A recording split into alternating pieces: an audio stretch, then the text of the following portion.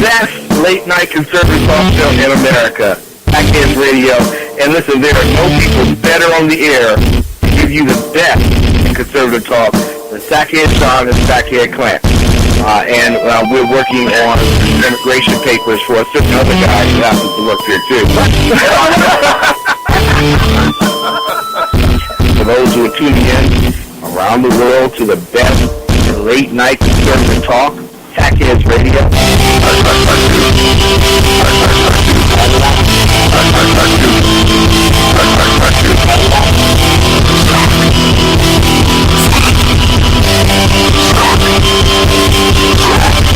The best late-night conservative talk show in America. In America.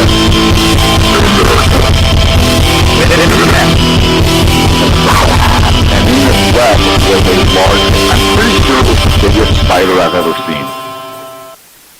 And good evening, welcome to the Sackheads Radio Show. Hang on a second. What? Why do you interrupt That was a me? beautiful song, but we're starting 3 minutes late. So if Ken is going to sing that song again, and he has a beautiful voice. He does. I right? can't believe he nailed He's that. got a beautiful voice, but Ken.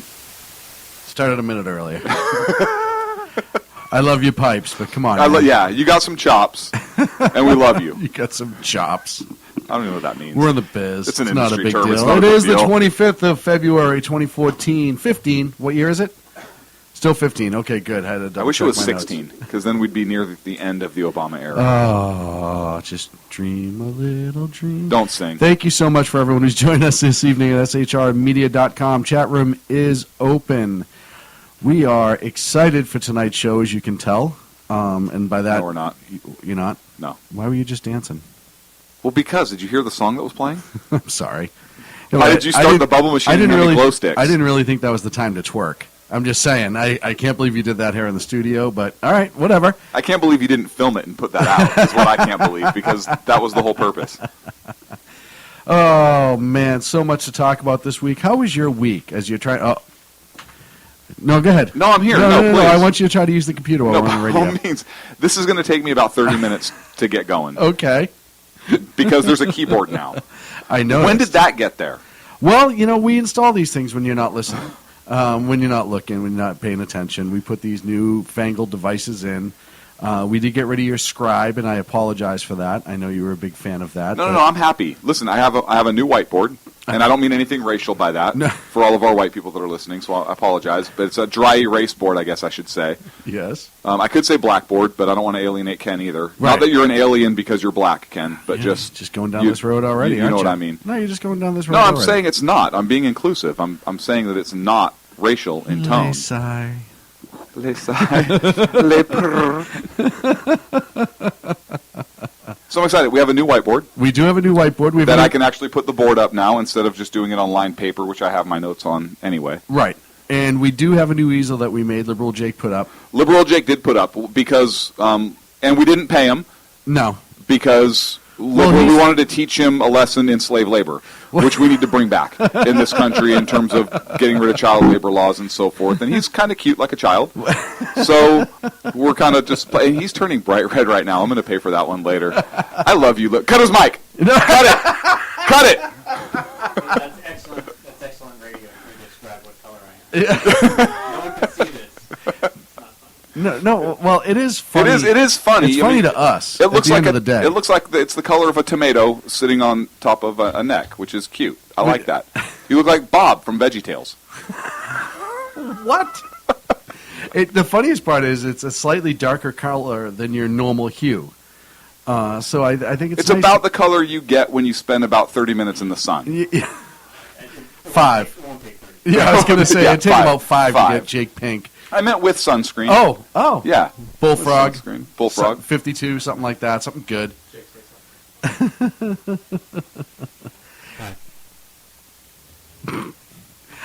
So there's nothing better in the middle of the show than to have the sound guy say to Jake, "Hey, Jake, say something." Do a sound check. After he's been talking for 5 minutes. No, he's on.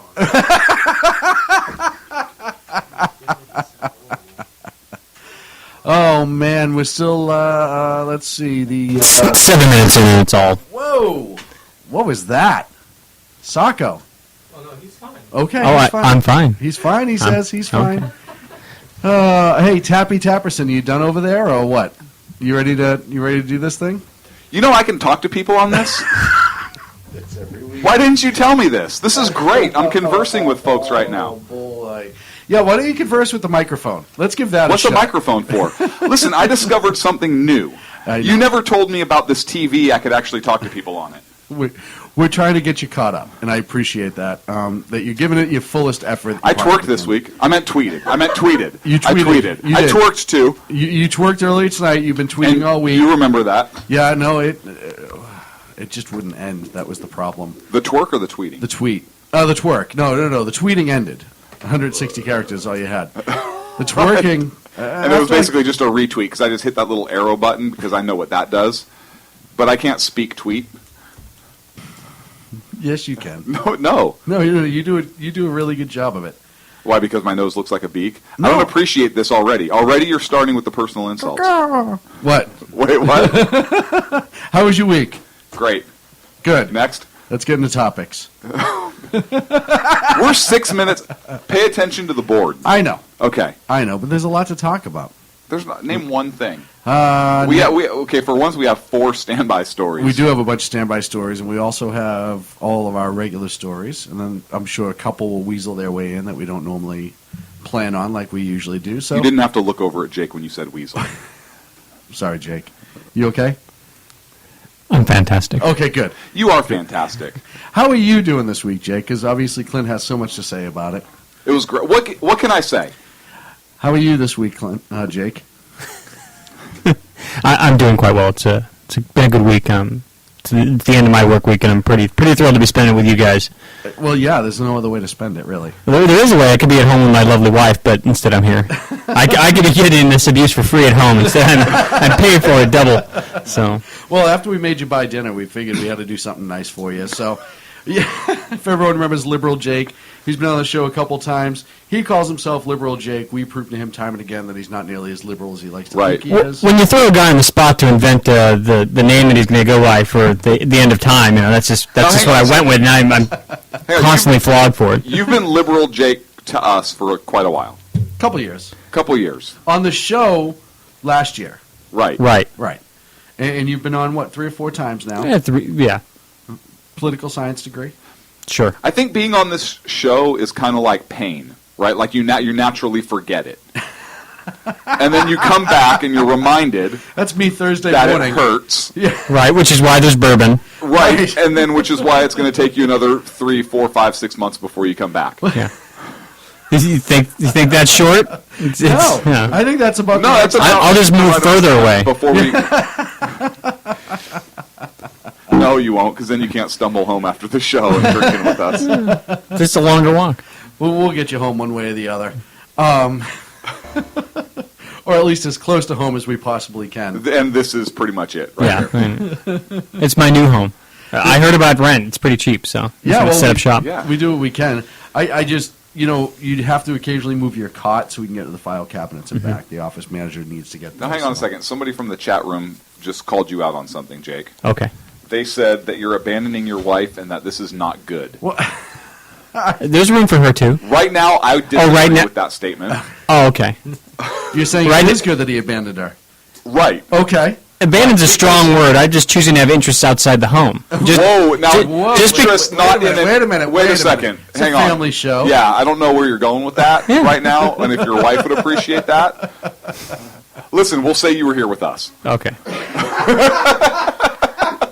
This is the best alibi there could be. Where were you? Well, Hey, I'll tell you what, folks, for those of you listening, you don't know how often Jake's voice is pre-recorded. And we had to rehearse this bit all week with timing and everything else. That's why Sacco's been so frustrated with us. Yeah. It's taken us a week to get And this actually, ready, this so. has been 3 weeks in the making, which is why Sacco's been upset. And the crash last week wasn't of new software. It was us actually trying to get Jake's audio spliced in correctly with Right. the interactions that we're having. Yeah, we were thinking of this week last week. Right. We planned like that. Yeah, so anybody that wants to kind of get this done, there's a lot of work involved in trying to cover the tracks. Script was the hard part, scripting it, making sure our timing was down, all those different things. Well, basically what we did is we just let Jake kind of go and talk and kind of interject here and there, and we've had to kind of write our script around it, which has taken some time and a lot of trial and error.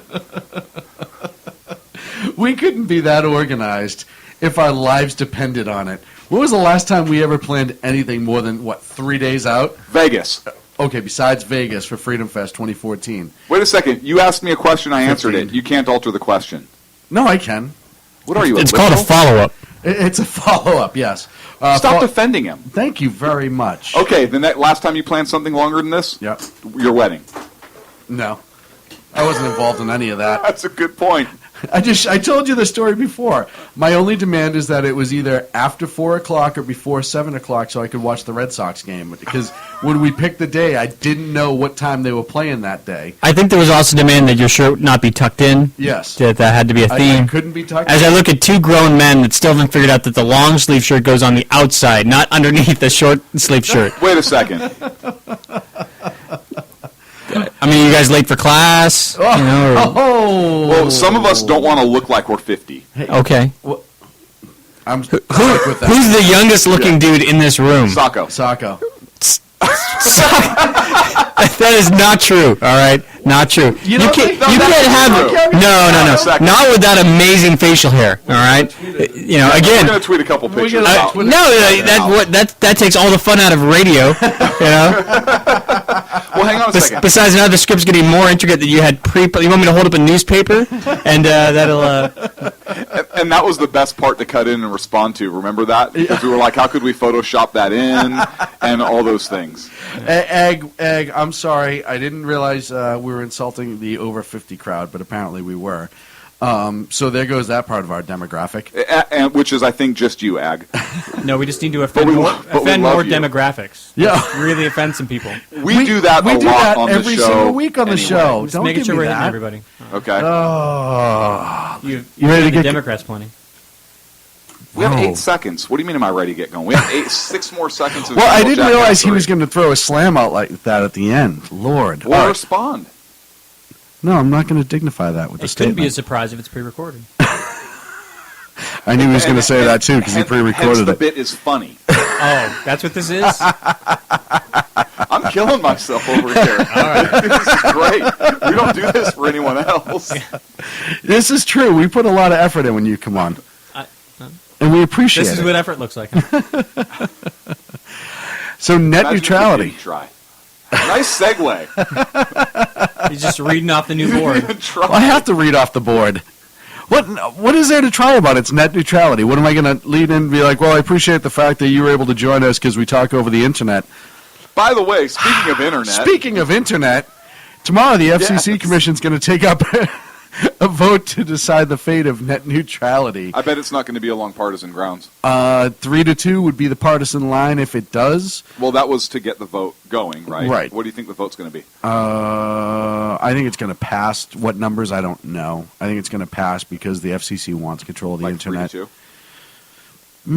Like I said earlier, my only thing is that there might be that one Dem on there who is either thinking of his own political future and knows if he passes it, or maybe has a moment of reality. You put way too much faith. I that's my only Into the question right FCC. now. I know, and it is the FCC. And one of the, I don't. It's not going to obviously- affect us at all Yeah. because we don't care. Really. Okay, it's not going to affect me at all because so Sacco is just going to have to be quick on the mute button if the FCC passes this regulation. Yeah, we're going to have to get the 10-second machine. Sacco's going to have to start working on the dump button. We're in a lot of trouble. So obviously it's already going to cost us money. Thanks. Everyone in the chat room saying 3-2 it'll pass. Party lines, yeah, it's probably going to pass. And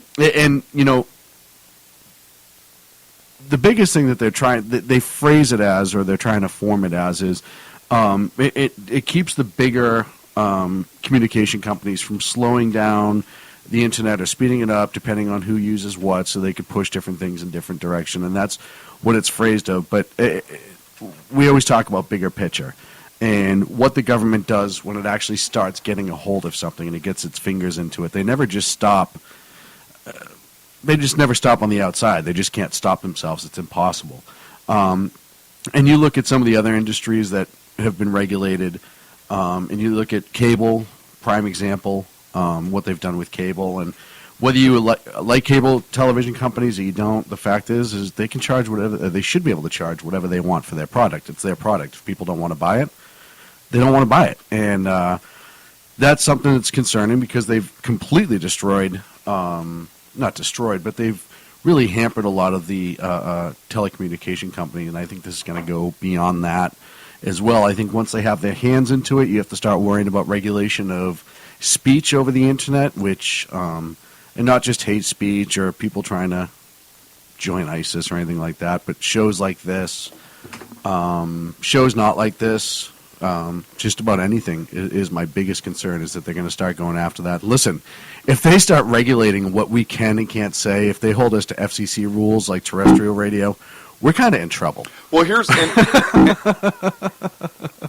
and I predict something. Yes. There's going to be a profanity show, like 1 week before the rules take effect. Oh, the entire show is just going to be profanity. It's just going to be profanity. We're It's not kind of going to like have any that now. listeners. It's like we've been building up to that for a long time. Like, that's our big crescendo, right? It's just the profanity-laced show, which all of our conservative listeners will love. Yeah, we gained so many more conservative listeners that way. Jake, I want to get your take on this because we talked about this a little bit at dinner. What do you feel as a liberal, as you describe yourself, do you feel that net neutrality is a good thing, and why? Just like anything, it could be a good thing. And that no one has the crystal ball. I can throw all kinds of stupid remarks at you. The analogy that I make for this is we talked about like nutrition labels on food. And realistically, I just want a more informed consumer. And that's something that only the government or only large entities or businesses could choose, but sometimes they need to be compelled to make that information available. At one point, net neutrality had 99% approval. And I think people were fairly informed about what it could be. So that's what we're talking about. I mean, it could be a wonderful thing. It could be a very good thing. And that just depends on what the government, what the FCC particularly chooses to do. There's a slippery slope for anything. Mm-hmm. So I don't... Not for freedom, there's not. What's the slippery slope for allowing free speech or free exercise or exchange of thoughts and ideas, regardless of whether we agree with them or not? And any of the arguments for net neutrality, and then let me be specific because I'm not that well informed in it, the current argument for what they're trying to accomplish through net neutrality, has any of it even in any way suggested that they would restrict what is available on the internet? My understanding, it's had nothing to do with content. Content has never been the issue with net neutrality and what they're deciding to take action on. It has everything to do with large companies choosing to block their competition. All right, that's what it comes down to. I'm Comcast. I'm going to block the competition. I don't want Netflix to be able to give the same programming at a lesser rate, so I'm going to throttle back from 7 to 10 when people are watching. All right, that's what it's all about. So when you guys, everyone wants to pull the big handle is saying that the FCC going to want to regulate content just like they've done on the airwaves probably for good cause. All right, we don't want. Yeah, they've already gone down that road. So what's to think they wouldn't go down that road with the net? Because the internet. And if people don't want to deal with the big companies, they don't have to. You don't have to have cable. You don't have to have internet. You don't have to have any of these things. You don't have to have a driver's license. Correct. And I know that we're kind of going off the box here, but you don't have to have those things. If you exercise your personal choice and you don't want to deal with those big companies and whatever those policies are, you don't have to have or engage in that service. That's where the free market figures things out. Correct, and the free market could figure it out, but people need to be informed to do that. So say I have provider A that's providing me with my free, wonderful, porn-soaked internet. That I just love this internet. Which you do, and that's fine. Right. We celebrate and I that. choose to have provider 2, because it's not providing the internet, that gives me a service through the internet, much like Netflix or Amazon Prime, or whatever you want. If I don't have the information at my fingertips, how could I know that I'm receiving the content at the streaming speeds that I'm paying for? But doesn't that fall on you to research it as the to consumer? do the research as the consumer? But also, I'm too busy eating Big Macs. Then you're and too enjoying, busy for the internet. Then right. But what I'm saying is, outside of software assisting me at that exact moment to know at that exact moment at 7:35 on a Thursday night prime time viewing, it's very difficult for me as a consumer to know what that secondary provider is doing to that paid service. And I see what you're saying, but I don't believe it's the government's job to make sure you're informed. It's not the government's job to ensure that information of that type is available to you. It's the person's job as the consumer to seek that information out, however they have to do so. I think that's more of a job for like the Better Business Bureau or something of that nature, Or like you- an independent company. Or you call the company and you get the information about the services they offer or whatever Correct. it is. It's not the government's job to And, ensure. and I'm that not saying that the information is FCC is the answer. The simple argument that I'm laying out there is that let's deal with the issue at hand, which is the education of people. no, not necessarily the education of people, but we automatically want to jump to this freedom issue and the Yeah, It is. because that's what ends up being the problem long term. Correct. I mean, you look at gun rights, and we've talked about this before. And you're a big gun guy for a liberal.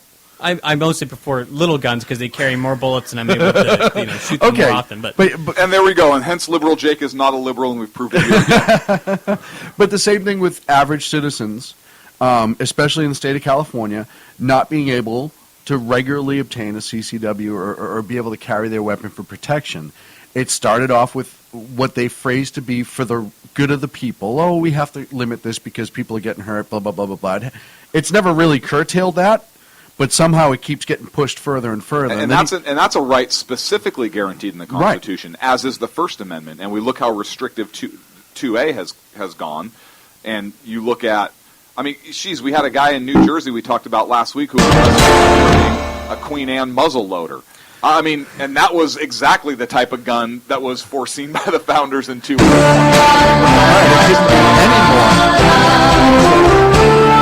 The FCC. FEMA.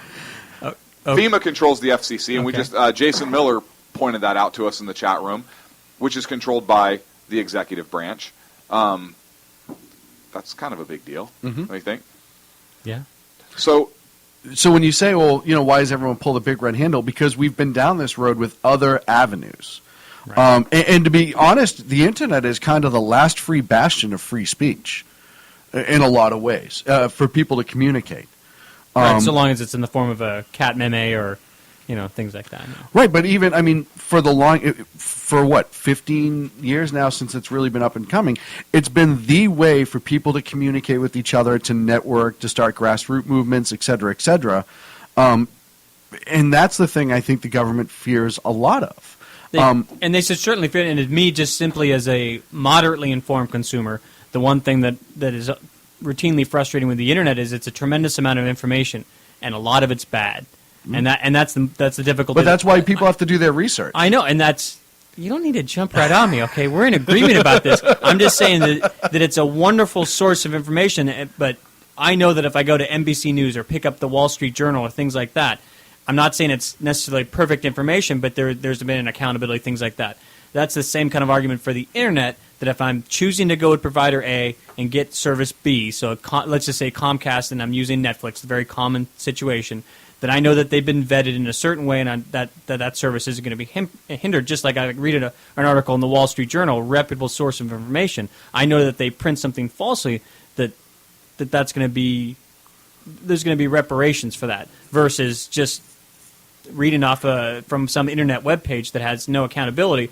It takes a lot as the consumer. But the media doesn't really have accountability at this point, does it? Who's really sitting there? Because most people become complicit in what the media does. And there's a lot of bad information in bookstores. You can find books everywhere, and it's up to the individual consumer to sort through. Let's say a library before we had the internet. It's up to the individual consumer to go to that library, utilize the card catalog system or whatever, and sort through that information in volume. Which is how Clint still gets a lot of his information. And hey, by there's the way. nothing wrong with that. I'm just saying. And I'll tell you, you're going to offend a lot more people in this room about dissing libraries I'm just than you saying. realize right now. But But I think the other people in this room can use a computer. A large amount of information that's available in a house, and granted, or in a structure, and granted, this is the internet. There's a lot of information available, but just as it was your responsibility as a student to vet the information in that public library or school library or whatever, it's your job as a consumer to vet the information that you're seeking on the internet.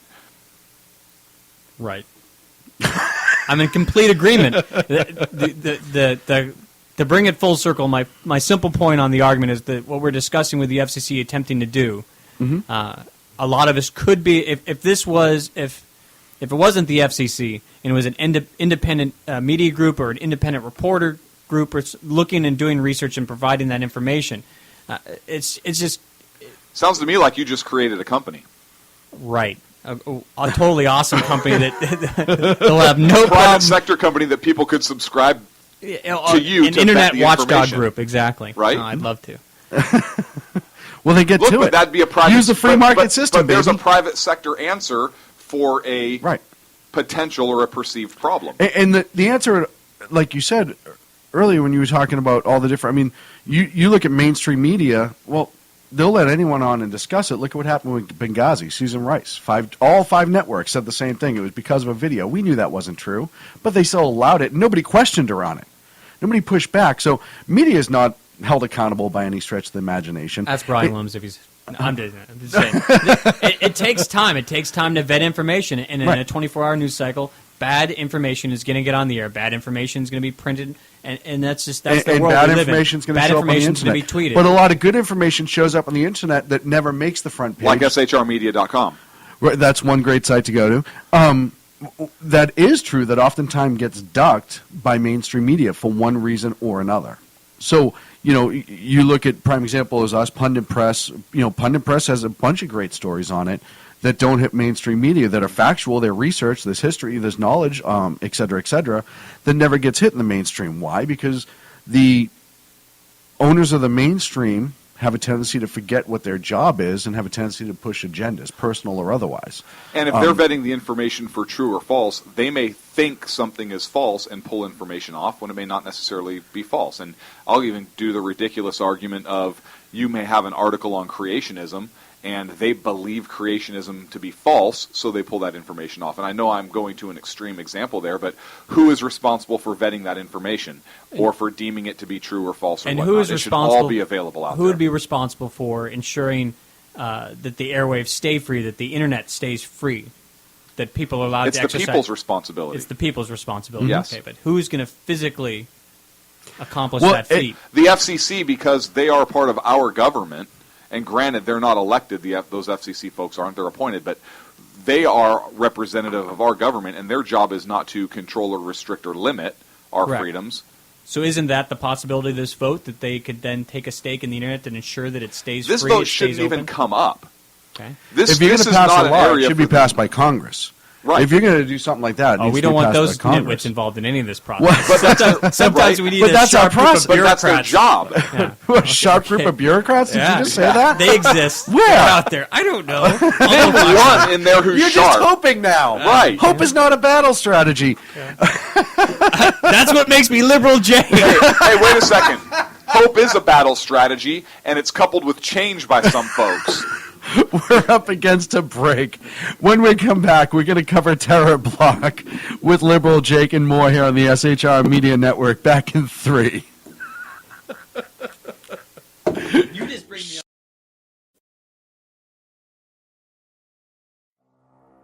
In a world controlled by corrupt politicians, You got a business.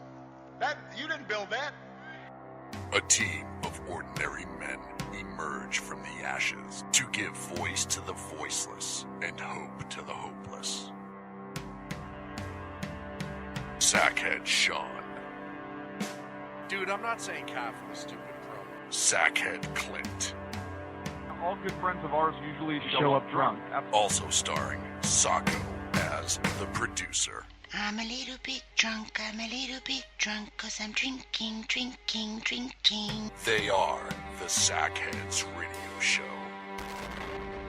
Every Wednesday at 8 p.m. Pacific on shrmedia.com.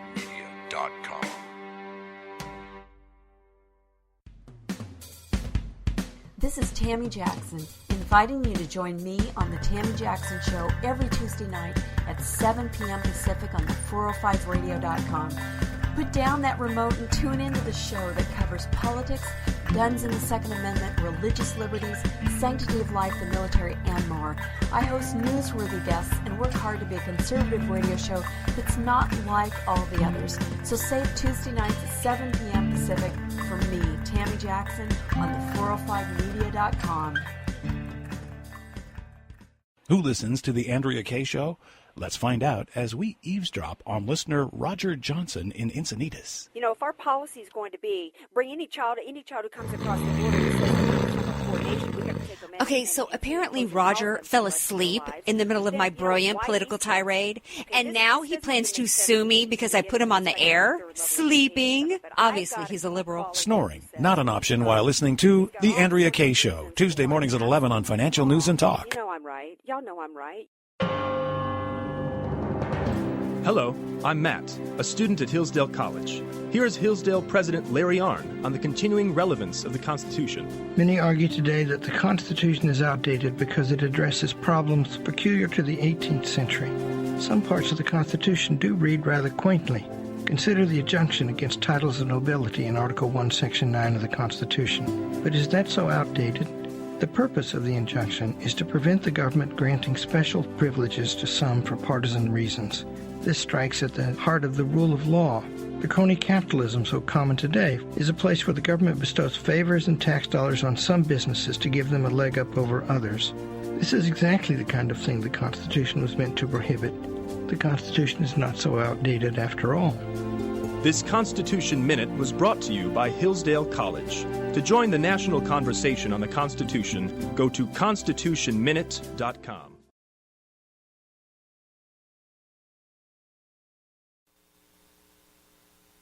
And on. And I feel bad like he because hasn't the chat stopped room ranting.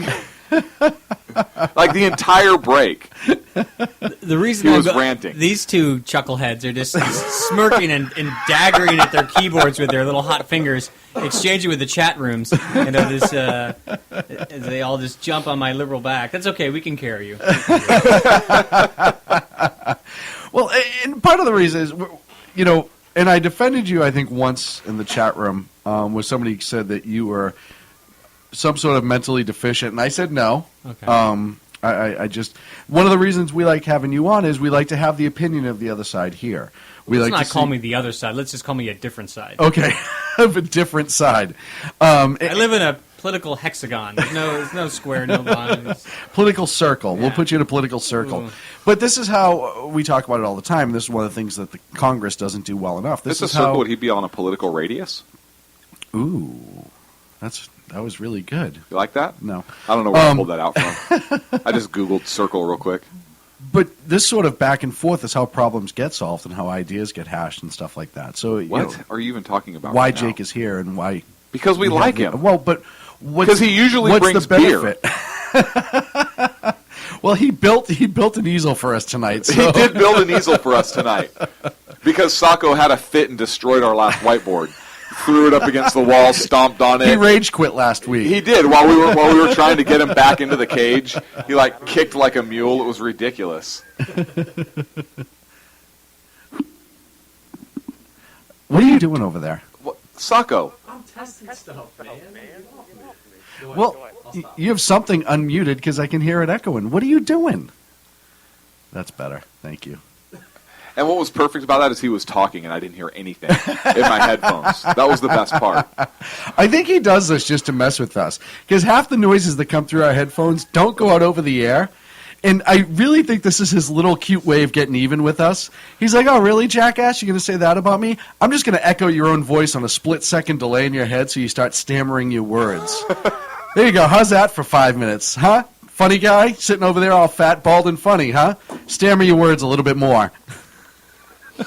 Well, Clint started himself on, heavy psychotropics, I thought he had schizophrenia. Joke's on you. I do have schizophrenia. What's wrong with that? I'm a schizophrenic, and so am I. So let's move on to Terror Bloc. Speaking of being Speaking of being schizophrenic, let's talk ISIS. Have you seen the ISIS youth? Oh, yes, I have, actually. This is completely disgusting. So Monday, a video came out with about 70 youths, the two Utes. Did you say Utes? About 70 Utes dressed in camouflage, and they're Ute. I couldn't let it go at that point. The two youths dressed in camouflage, rambling on about, I don't know, a bunch of nonsense. And as young as 5 years old is estimated, some of them. And look at Obama's right. They're just misunderstood. They just need jobs. They need... I love how that we want to grow jobs in faraway lands, but we don't want to do it here. But I digress. Look, we need to just kind of deal with, some of the issues that they take umbrage with, and everything will be fine because we haven't been fighting them since the founding of our country. It's our fault. It's our fault. Does anybody realize, and I think very few people realize, that it's very reminiscent of the Nazi youth, the Hitler Youth organization? It's pretty scary. I mean, the whole way ISIS operates, and I don't remember because I wasn't alive, but I've read on the internet, because we have open source, as well as in libraries, that we swore to never let anything like this happen again. Now, maybe they were talking just about the Holocaust? Maybe they were just talking about the National Socialist Party. Like, we would never let another socialist party into power. And then we got Obama. The type of movement in which it's hell-bent on genocide, essentially. Right. So, yet we're letting this happen again. Mm-hmm. Like we as in the world. But specifically us here in America, because we have a president who's so... I don't even want to say out to lunch. Impotent. Now, I don't mean that in a physiological sense, because I don't know, and I don't want to be jammed up for slander. But what do you want from the guy? You want him to put on camis and stand next to the King of Jordan and do a bomb run, and then he's masculine and cool and hip, and he... No, you know what I want him to do? There? I want him to do his stinking job. I want him to actually put... Now, granted, we did give him credit for actually going to Congress and asking for an authorization. Mm-hmm. And we do think that Congress should issue a declaration of war, not just an authorization, against ISIS, just because we refer to ISIL.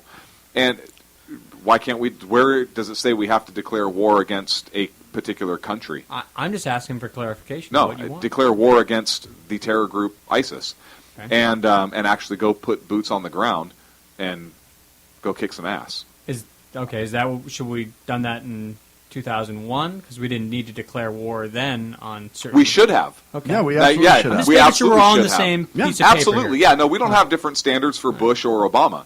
The president has certain authority to act within a certain amount of time. Obviously, the time frames exceeded that. Congress continued to fund that effort, but I believe Bush absolutely should have gotten a declaration of war for Iraq, and I credited President Obama for going to Congress and asking for the authorization. I think they should authorize it by a declaration of war, and I think that's how you have to defeat them. Why is it okay, and why are we going to say that it's due to economic reasons, or, well, they have, they exploit certain parts of our Western culture, they exploit certain things in order for recruiting? We don't have to address what they're exploiting. There's something called evil, period. The Nazi Party in Nazi Germany was evil. Hitler's group was completely evil, and ISIS, I think, is no different than that. I mean, they burn fellow Muslims alive. Christians that don't believe. They behead Christians. They just captured 125 Christians. If you're homosexual, they'll throw you off of a building to your death. They the way they treat women and so forth. We absolutely need to take action on this. They are directly threatening us. The terrorist group Al-Shabaab is calling for lone wolf attacks on the Mall of America. ISIS has called for lone wolf attacks against law enforcement targets, military targets, emergency responders, and so forth, to conduct lone wolf attacks because of the difficulty in observing them or finding them out, the ease to carry it out, and so forth. Yeah, we're at war. And we're at war here in the homeland as well. We're at war overseas, obviously. They've established a caliphate, essentially. I think that evil needs to be stopped. Trying to take over a portion of Lebanon and call it an emirate. They're trying to spread, and I agree. I think we need to learn a lesson from World War II. When you know something's evil, you get out ahead of it and stop letting it build. And listen, the region they are in is the numbers are staggering of how many people they could influence and how many people. We're one generation away. Mm-hmm. Well, and that's where I weigh in here, because not you brought it up earlier as far as my degree in political science and things like that. It's important for people to conceptualize this royal they for ISIS and things like that. And how do we stop an evil movement like that? Because that's how it should be referred to, obviously, because it's not a terrorist state. It's not a national state. And so, therefore, you want to declare war against an idea. All right, that's what you're really dealing with. No, they're a group. They are a group, and that's who we're declaring war But against. they do have an area that they operate in without impunity. Right, That they've essentially taken over. There is occupied ground, Mm-hmm. but without them, it's just I want people to understand, and I know your listeners are highly informed, but just the logistical quagmire that is engaging against this kind of a group. Because ultimately what you're trying to do is you're trying to change the methodology, because we can kill them. No one can push a little button and have all these people that have this mindset, no longer exist on the earth. And even if we have, well, they can, but we just turn the whole region into glass in the process. Right. A lot of people live there. A lot of people that deserve to live and deserve to have hatred for America. That's freedom. Hating us is freedom. It is. And they should be Well, entitled to it. they can hate us, just not try to kill us and not behead children and not behead, Correct. And look, in World War II, we bombed Boko cities. Haram, they're part of the same. The Nazis occupied those cities, and that's how you win the war. And I'm not advocating the killing of innocent, women and children and so forth, but at what point do we have to protect because we've engaged ourselves in, and Israel? Everyone loves my oxymorons, but we engage in civilized modern warfare, which is the Nazis. They blitzed and bombed London, and we did the same. And we didn't bomb London. Everyone knows that we didn't bomb London. Well, then why did you just say we bombed That's London? not what I said. You said we did the same thing. Socko, give me a playback. But what I'm saying this whole thing's recorded. We've engaged in modern warfare, which is to say that we're not going to intentionally level villages because we believe that there is a possibility that there could be an enemy combatant present in that village. That's not what the U.S. stands for. Okay, we want freedom of life and liberty and pursuit of happiness in the entire world. That's what we stand No. behind. See, but I disagree. I don't necessarily care about the entire world per se. I care about here.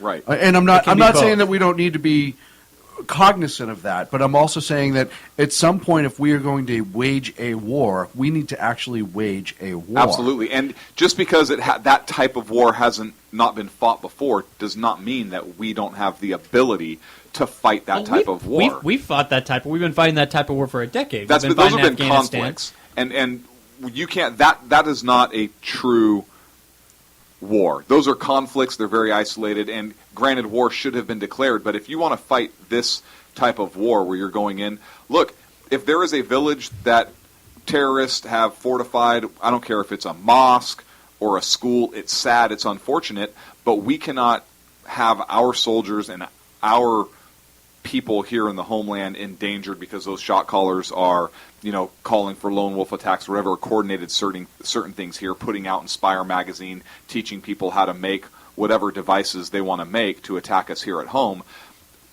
I'm sorry, I'm not saying, we should go target innocent folks, but if that village is housing those people and there are some how far can some casualties? I mean, that's how far do you that's let war. them I'm not go saying before I'm not saying enough it's that you right. have to, in your opinion, and let's use Hezbollah and Israel. How far do they have to go to kill people before it's enough to justify it, in your opinion? Right. Well, and that's why I want to be clear. Someone like, from my point of view, I'm completely in favor of military action. I am completely in favor of all kinds of aggressive, combative, literally boots on the grounds, and whatever kind of techniques. I have tremendous faith in my government and in its military and its ability to execute a threat, figuratively and literally. The issue that I have, that looking at the bigger concept, is we usually, let's stay on a very finite issue, Mall of America. ISIL, whether it's through the internet or through the distribution of leaflets or audio information for the illiterate, that they're calling upon this kind of attack, all right? Whether they're doing it over there where they're asking people to target foreigners, or they're doing it here where they're asking people of similar mindset to make an attack against the Mall of America.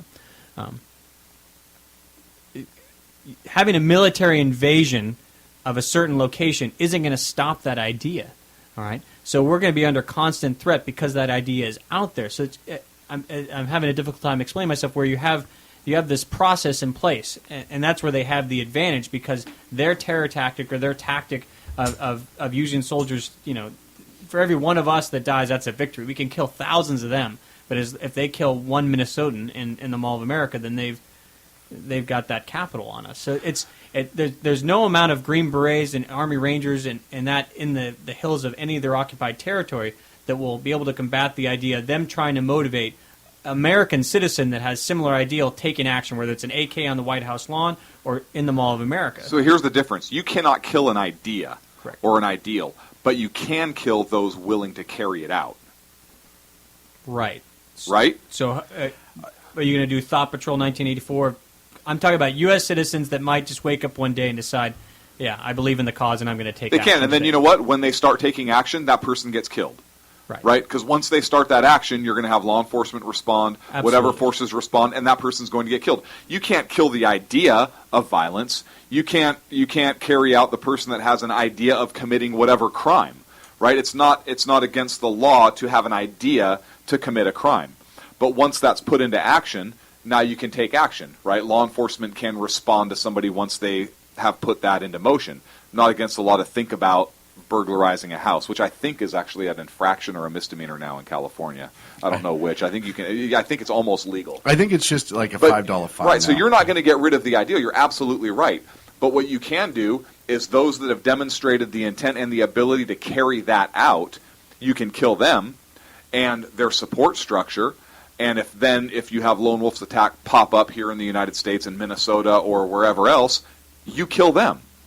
Or the armed citizens can. Or the armed citizens can kill them because it's a national security issue. And I thought we were still doing all those things. Of course, I don't know if Homeland Security still has a budget. But we're not overseas.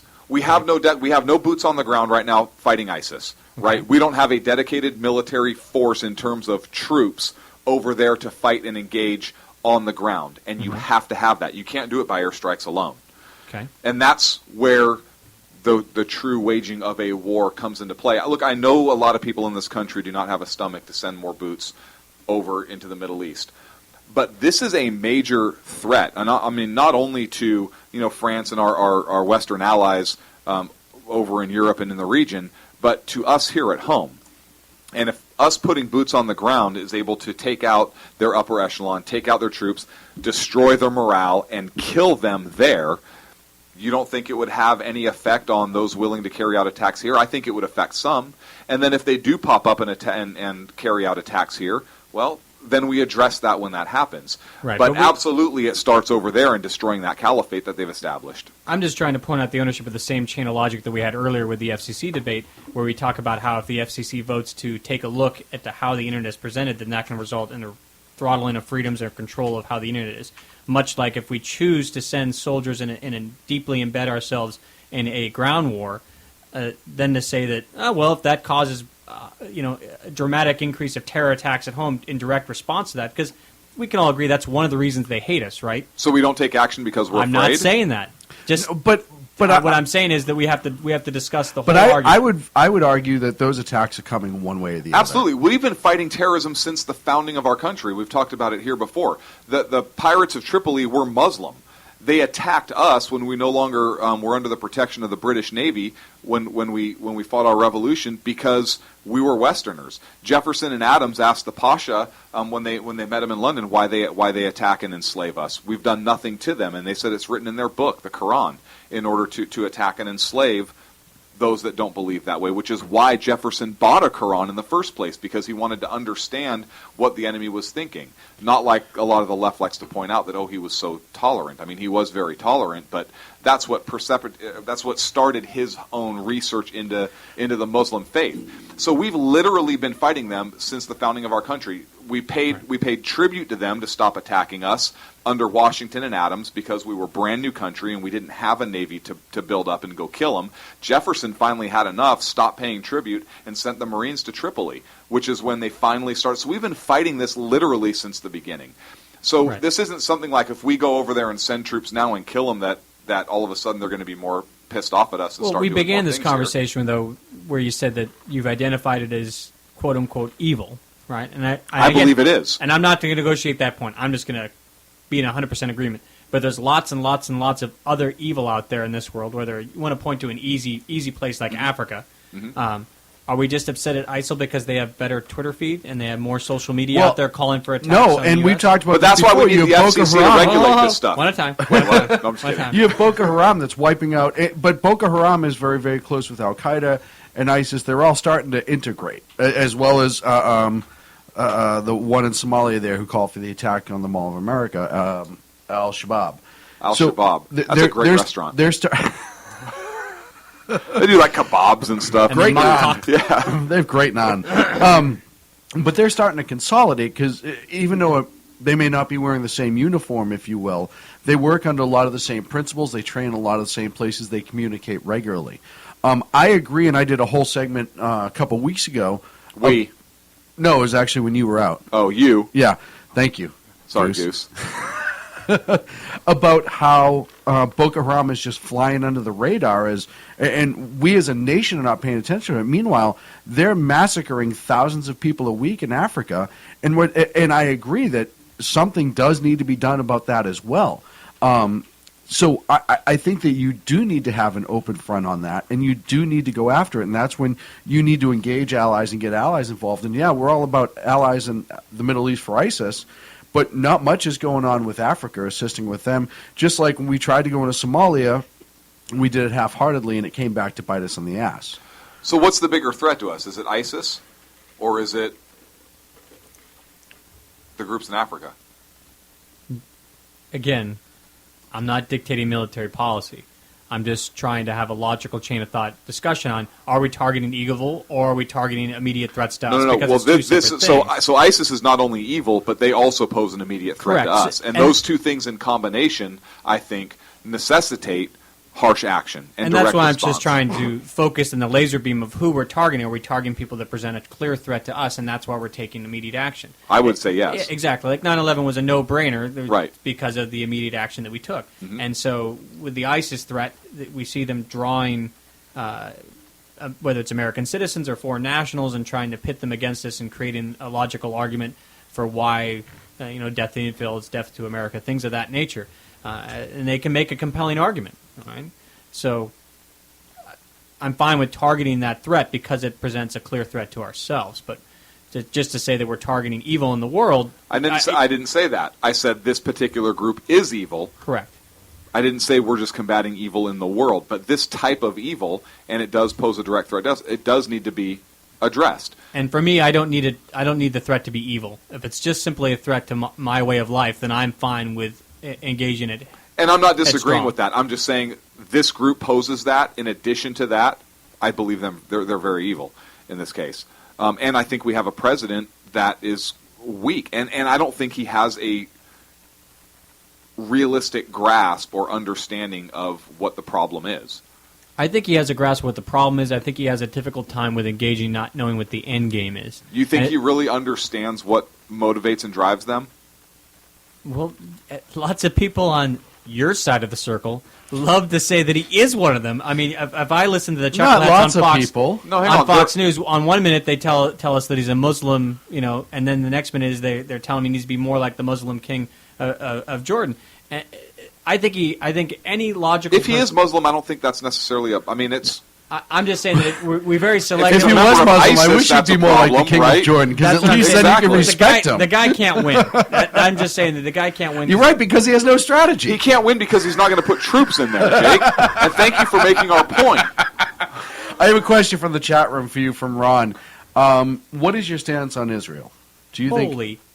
Mother of well, you went down Hang this on a road. second. I didn't go down this road. I feel like I should be wearing a blindfold and a cigarette. What's my stance on Israel? Blindfold and a cigarette. I believe the region's very hot and there's very little water and they're all grumpy about it. I believe that the state of Israel does exist, and it's not for U.S. policy to dictate whether that nation should or should not exist. What's your opinion about do they exist? Do they have the right to exist the way they are, or do their borders need to change? In other words, does Israel have the right to exist? Yes. You answer that. Does it have the right to exist? Let me The clarify. way it is I today? believe the people of Israel have a right to exist and live, but not in their own country. And that's not what I'm saying either. I'm scaling it wider as far as where they choose to draw those ancient borders. Everyone has a logical definition of what the border is and why it should be there. It's just an argument of when it was established. I don't have the answer there. I have fundamental problems with how Israel has addressed that threat and how they've violated. Yeah. I'm just. No, go ahead. Chat room explodes. Chat rooms explodes. 3, 2, 1. No, go ahead. Well, just like we harped on it before, war is a very difficult, ugly thing, and so. Are you a two-stater? Do you believe? No, not Jesus. We're talking about Israel. They're Jewish. They thought he was just a carpenter. Do you think that Israel and Palestine should be two separate states? Yes or no? That's not a yes or no question. No, it is. It is. Should Palestine have its own state and Israel have its own state, or not? I believe it is possible. Listen, Obama. Yes or no? Do you believe in a two-state solution? It's still Jake. I'm sorry. I apologize. I have not given an ounce of thought to that. One, because I don't think my red phone's going to ring and someone's going to ask me to drop that strategy. But you don't know that. Obama's just for all the friends he can get right now. now. Your red phone just rang. Bob was on the other line calling. And I think we could learn a tremendous amount from the English and when they drew the lines that exist in the Middle East and things like that. That you have, century-old people that have occupied certain spaces and been migratory in nature, and to draw lines and say you live here and you live there. It's not an organic process. We as U.S. citizens, we kicked out a couple small red people and defeated them because they didn't have firearms.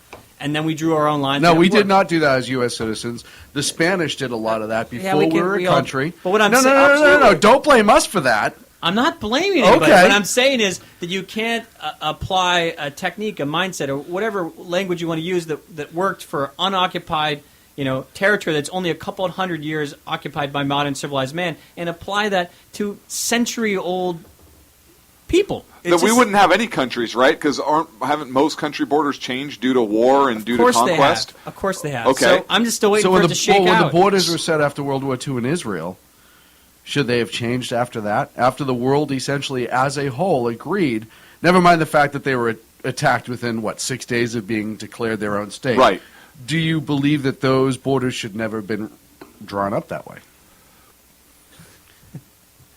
I don't pretend I asked to be a yes or no question, and then you went in, so I have to ask. But I can't pretend to be well enough educated on the specific issue of the borders of Israel post Second World War. Should the Palestinians have their own state? But who? When you talk about a state, you talk about. Should they have their own country? Should they be the country of Palestine? In that formulation, probably not. Okay. The issue is that they are a regional group of people. So should they live in peace within the borders of Israel? I think that's entirely a solution, yes. Okay, so you would favor it's all Israel and the Palestinian people should live there. All right? Because if you want... Okay, so look, you either... There can either be the country of Palestine and the country of Israel, or the country of Israel. But if you don't want to go that way, does that mean then Israel should not exist anymore and it should all be Palestine? There's only three ways that this ends. There's only three ways that this ends. Which one do you pick? Running out the door might be one of them right now, because that was just... You're brutal sometimes, dude. Me? Yes. I painted three logical solutions to the problem. We Those are the only three. Are any of them the final solution? No, none of them are the final solution. You want a lifeline? We are up against a break. That was fun. No, it wasn't. I hope I answered Ron's question. I don't know. And just a reminder to our audience, this is the pain that we were talking about that Jake remembers for a few months and then it kind of goes away. When we come back, the fight to fund the DHS continues. All that and more here on the Sackheads Radio Show on the SHR Media Network. Back in 3.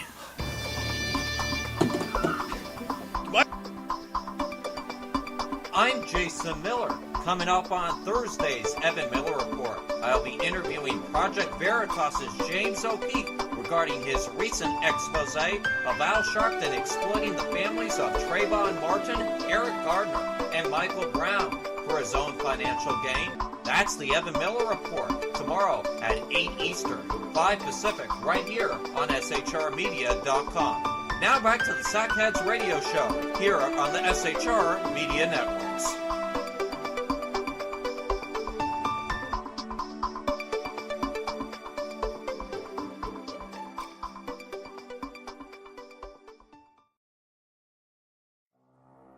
In a world controlled by corrupt politicians, You got a business.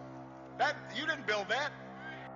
a team of ordinary men emerge from the ashes to give voice to the voiceless and hope to the hopeless. Sackhead Sean, Dude, I'm not saying Catholic, stupid pro. Sackhead Clint, All good friends of ours usually show up drunk.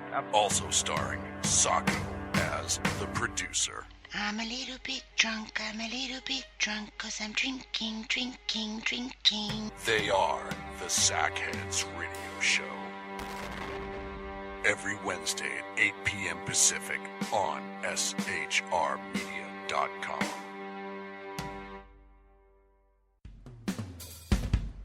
This is Tammy Jackson, inviting you to join me on the Tammy Jackson Show every Tuesday night at 7 p.m. Pacific on the 405radio.com. Put down that remote and tune into the show that covers politics, guns and the Second Amendment, religious liberties, sanctity of life, the military, and more. I host newsworthy guests and work hard to be a conservative radio show that's not like all the others. So save Tuesday nights at 7 p.m. Pacific for me, Tammy Jackson, on the 405media.com. Who listens to the Andrea Kaye Show? Let's find out as we eavesdrop on listener Roger Johnson in Encinitas. You know, if our policy is going to be bring any child who comes across the border and says coordination, we have to take them in. Okay, so apparently Roger fell asleep in the middle of my brilliant political tirade, and now he plans to sue me because I put him on the air, sleeping. Obviously, he's a liberal. Snoring, not an option while listening to The Andrea Kaye Show, Tuesday mornings at 11 on Financial News and Talk. You know I'm right. Y'all know I'm right. Hello, I'm Matt, a student at Hillsdale College. Here is Hillsdale President Larry Arnn on the continuing relevance of the Constitution. Many argue today that the Constitution is outdated because it addresses problems peculiar to the 18th century. Some parts of the Constitution do read rather quaintly. Consider the injunction against titles of nobility in Article 1, Section 9 of the Constitution. But is that so outdated? The purpose of the injunction is to prevent the government granting special privileges to some for partisan reasons. This strikes at the heart of the rule of law. The crony capitalism so common today is a place where the government bestows favors and tax dollars on some businesses to give them a leg up over others. This is exactly the kind of thing the Constitution was meant to prohibit. The Constitution is not so outdated after all. This Constitution Minute was brought to you by Hillsdale College. To join the national conversation on the Constitution, go to constitutionminute.com. So, hang on a second. So I have to paint this picture. So Jake, literally, he's sitting in the chair, and after that segment, he slowly pushes the microphone away from his face, and he has this 1,000-yard glazed stare on his face. He slowly removes his headphones, and they just drop from his hands, like he didn't have the wherewithal. He reaches over to the cabinet and grabs the bottle of bourbon. The emergency bourbon. He uncaps his what used to be soda, cola. Water. And it's now just ice, and he fills the rest. I mean, we had like half a pint, and he pours the rest of it, and he recaps it without blinking, I think. Caps up and starts sucking on the straw, like a lot. And then Sacco goes over, picks up his headphones and puts them on Jake's head, and moves the microphone back into position, and Jake was like, I don't know what happened. This is a tough room to be in. I'm not going to lie. This is a great room to be in right now. And poor Jake is taking the abuse from every angle, and it's so much in the Twitter. We have 5 in here. So much in our chat room at shrmedia.com that Sacco put up a separate screen and enlarged it just so Jake could take a look at it while we're going. Well, yes. What we really need. We also have a mystery guest in studio that we're not going to identify. No, I know. It's too bad because there's opinions. Well, all I need to do is, now that I can see the message boards here, I guess we need to get Golf Dogs on the line because he has all the answers. His particular comments is libs don't answer questions and things like that. I think, you know what, that's a challenge from liberal Jake directly to Golf Dogs to call in and to engage in a one-on-one conversation with him and I will put down the headphones and the microphone, and I will just listen to the conversation without interjecting. Well, no, Golf Dogs doesn't want a conversation. He wants answers. So if he were to say Coke or Pepsi, Coors Light or Bud Light... Listen, you can't handle the truth. All right, well, I'm so glad we're getting along tonight. Let's go on to the DHS, and the fight to fund the DHS continues. So, how do we even... I want to keep talking about Israel. No! Israel is not on the board. It is not on my easel. Hang on a second. Fortunately, this is a dry erase board. And since I have the power of the board, it's specifically listed in my contract. 9 o'clock is about to say Israel Part 2. Okay. And it's your segment, Jake. Oh, good. This is no exaggeration. This is not I'll get my Palestinian friend and my Israeli friend that agree on a great many things, and I'll let them have the debate. Because it's they should be able to dictate how they live in their own country. Hang on a second. I have a question for you in the chat room. From Ag. You are now dude. You're no longer liberal, Jake. Should Israel have net neutrality? Clearly. Yes or no? Yes. Yes. Okay. So Golf, you got a direct answer. And Ag, the answer was yes. Yeah, but Golf got a direct answer. This is true, right? This is what I want from the chat room. Golf Dog. I want lightning round. We're going to do like 1 minute liberal Jake lightning round. Nothing but straight talk. Nothing but straight answers. All right. Just as long as I get through this straight bourbon, I'll be ready to go, and I will answer them with short, easy to understand remarks that you guys. So you will say yes or no. I don't want to go to yes or no because that narrows down the question. Well, no, you have to do yes or no. No, it could be one or the should Israel other. and Palestine both exist as two separate countries? This is not lightning round, Jake. Then You're violating your own I would say rules. no, because they don't need to exist as separate countries. They just Okay, need so to. they should all be Palestine. No, the people have the right to exist. See, that's why I don't want to go in yes or no. So you're for borderless countries. I didn't say that either. So Americans should just exist, and we should With open Mexico. the borders with Mexico and Canada. Not Canada. I don't trust them. They wear too much denim. Too much And they say a boot. They hold the market on maple syrup, and you just can't trust Have you those seen the people. YouTube video for Canadian Sniper? I'm really sorry, Moose. Oh no. Who's on the line right now? Hello, caller. You're on the air. Only for another 3, 2, 1. Somebody was there, but they're not talking, so we'll go back to them. Cut it. Call in again if you're having audio problems. Oh, wait. Hey, whoa. Hello? Hello? Nope. Yeah, I hear him. Miller? Ag, you're just on a tremendous delay. How are you, buddy? Hello? Nope. Hello? Yes, there's a bad line, Sacco. Cut it. It's just, there's like a 30-second delay, Hello? I think. Hello? Hello? Anybody Hello? home? Clint? Yes, Clint is here. This is Clint. No, it's something was messed up with the audio. If it was you, call back Sacco, in. get on it. Hey, no, that was an audio issue, clearly. Oh, it wasn't? Not on our okay, end. Okay. Something was, everything was working on I our end. apologize, Sacco. Okay. No, let's try and answer it. Let's try it again. If not, we'll call them back if you get a callback number. Yeah. You get a callback Did number? it show up? Are Hello? you on? Hello? Do we have you? We have you. Do I have the sackheads? Oh, Well, yes. Yeah, you have the sackheads. You can Apparently hear me, not. I can't hear you. Okay. We can hear you. Yeah, just say your question real quick and we'll move on.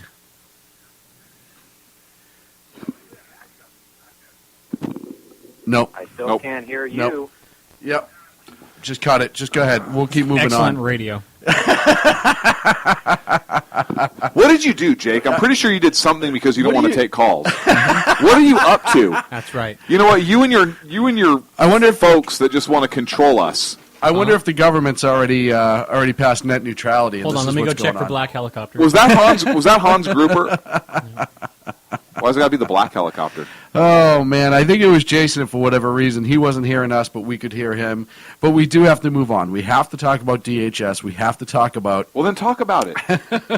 McConnell's plan. All of a sudden, McConnell wants to make a plan where he is slipping in the funding for Homeland Security as part of the agreement to reverse Obama's immigration executive action. Obviously, a lot of conservatives are really upset about this because they're just the fact that he's kind of using this to leverage, if you will. He's not doing his job. Agreed. The House did their job. Agreed. He didn't put their bill to a vote, essentially. And now here we are. Where do we go from here? Is it going to... Why couldn't he just put forth the bill that was sent to him and pass it or fail it? If it fails, it fails. And we've talked about it before. But this is what happens when you have people who are, in my opinion, just trying to not play God, but trying to slip in one of their own little things to try to sully the deal, if you will. Well, they wanted to strip it out, right? Right. And just pass it as a standalone bill. Right. And what's the problem with that, in your opinion? The House passed a bill as is, and the Senate should either vote it up or not. Where is McConnell coming from to go into this and kind of adding this in? And, Jake, I don't know how much you know about this right now, but... I'm going to weigh out of this one. Okay. Just keep sucking on the straw, buddy. Yeah. I'm going to go to my happy place for a minute. But, you know, when we came Mitch out... McConnell's not invited to my happy place. That droopy dog can go... When we came out in November, we talked about how one of the things that the Republicans need to do is legislate. Now, you had the House pass a bill. It went over to the Senate. And this is the thing that the Republicans just don't seem to get when it comes to stuff like this. This is why people are afraid to vote for them, because you have a jackass like McConnell that won't put the bill through. And this is the same thing we accused Harry Reid of time and again. Bunch of bills on your desk that were passed by the House, ready to go. You could have put him out to vote, and he didn't. He had to get his own little slant on it and move things around, and that's not your job. Is McConnell, in your opinion, going a douchebag? Yes. Okay, well, that really sums that right up, doesn't it? I don't understand the thought process behind this. He's trying to get something passed. Right. Because he doesn't want it to stall. He doesn't have the votes to pass it, so rather than just have it turned down, he wants to do something. Mm-hmm. I don't agree with this approach. I don't agree with this approach I think either. Send it to the vote, let it fail, and okay, and then you now send what? it, and then you go back to Plan A, and right? Pass something else, and then see send if that it goes to the through. House. And Right. this is the problem when we talk about nothing getting done in Washington. And this isn't just a right problem or a left problem. This is Congress's problem in general. Mm-hmm. There's too much small behind-the-scene games going on, and we got to do this, and we got to do that. No, that's not your job. Your job is, here's Objective A. The House passes a bill that they believe meets to beat Objective A, Yeah. and then it goes to the Senate, and the Senate either passes it or fails it. And that's essentially how it works. It can't be any more simple than that. Here's the problem. Let's say they do strip that out and they pass just a straight up funding bill for DHS, and it goes back to the House. I don't think Boehner has the votes with the conservatives in the House to get that by. He'd have to have some Democratic votes on that. Mm-hmm. And look, I like his response, and I'm not a huge fan of his, but I like his response in that, hey, I'm waiting for the Senate Act. The House has done their job. Yeah. And he's absolutely correct. The House, for once, has done their job. It's weird to say, but they have. And now the Senate... And look, hold those Dems accountable. People do not like the immigration actions that Obama has taken. The country is against that. A lot of the country is against that. The majority of the country is. So let the Dems stand for their vote. If it doesn't pass, it doesn't pass, and then hold them accountable on that record. And that's what we've talked about before. Sometimes you have to try to put these votes through just to hold people accountable for their record. And you can then identify who said no, who said yes, et cetera, and go for there. And I think that's something that needs to get done with this. It wasn't done with this. And I think McConnell is doing exactly what we were afraid Mitch McConnell's going to do. Is he's playing, big time politics with a small time Congress, if you will. This should be streamlined. This should be already voted on and either decided or not, just like they did with Keystone. Mm-hmm. Put Keystone right through. We knew what the bill was. It went through the House. It went right through the Senate. It went to the desk, and it got vetoed. Now I'm curious to see if they're going to be able to muster the votes to override that veto. I think they will. But so DHS Secretary Johnson said something earlier today, and he said, "This is crunch time. The clock is ticking. We're running out of money." I have a response to Johnson. BS? No. Okay.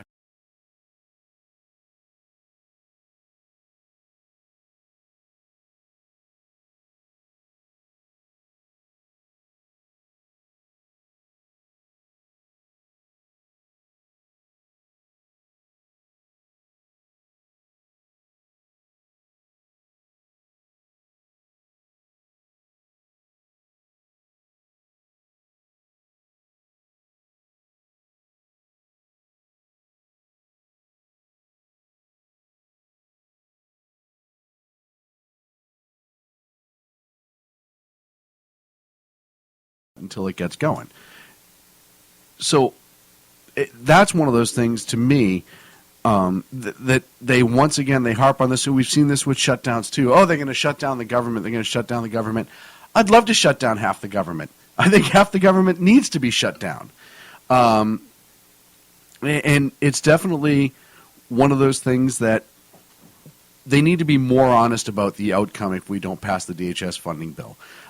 It's not like they're doing much on the southern border anyhow, and it's not like the Canadians are knocking down the door to get in. So, but still, the simple fact of the matter is not much is going to change if they don't pass the DHS funding.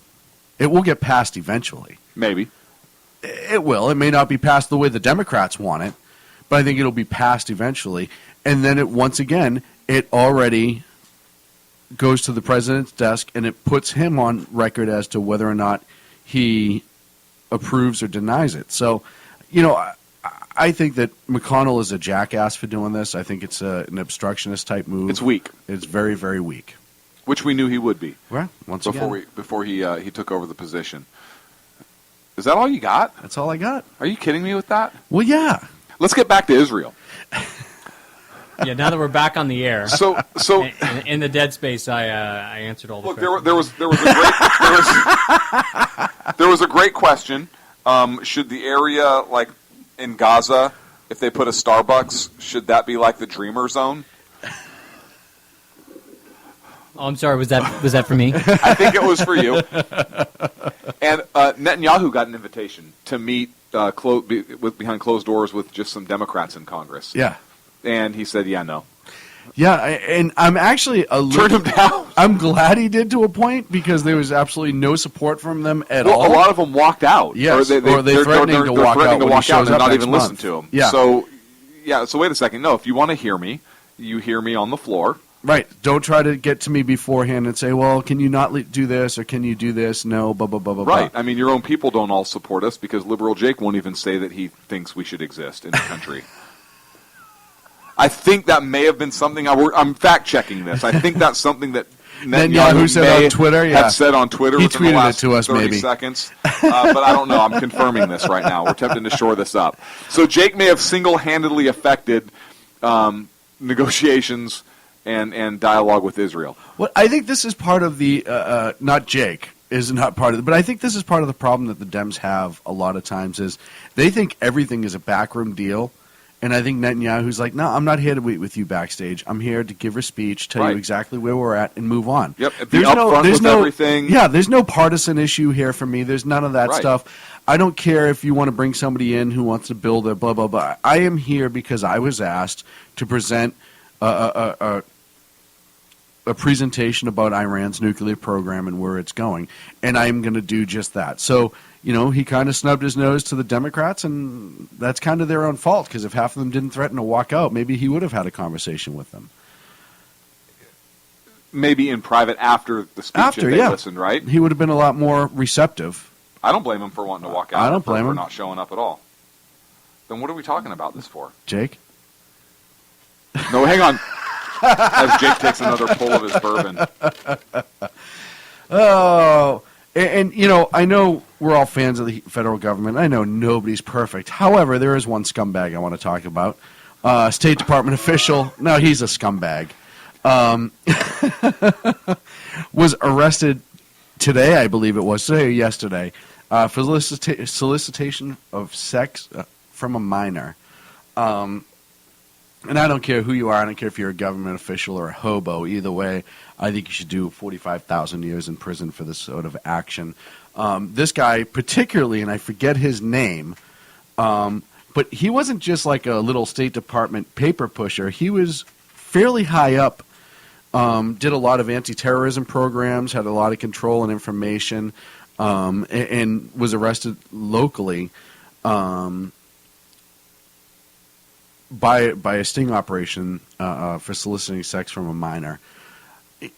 It's frightening to me to think, and time and again I've said this, to think that you can rise to that level in the federal government and have something like that. And, we say it all the time that especially with pedophiles and stuff like that, and the information's out there on the internet if you want to find it, usually when they're caught, it's not the first time they've done it.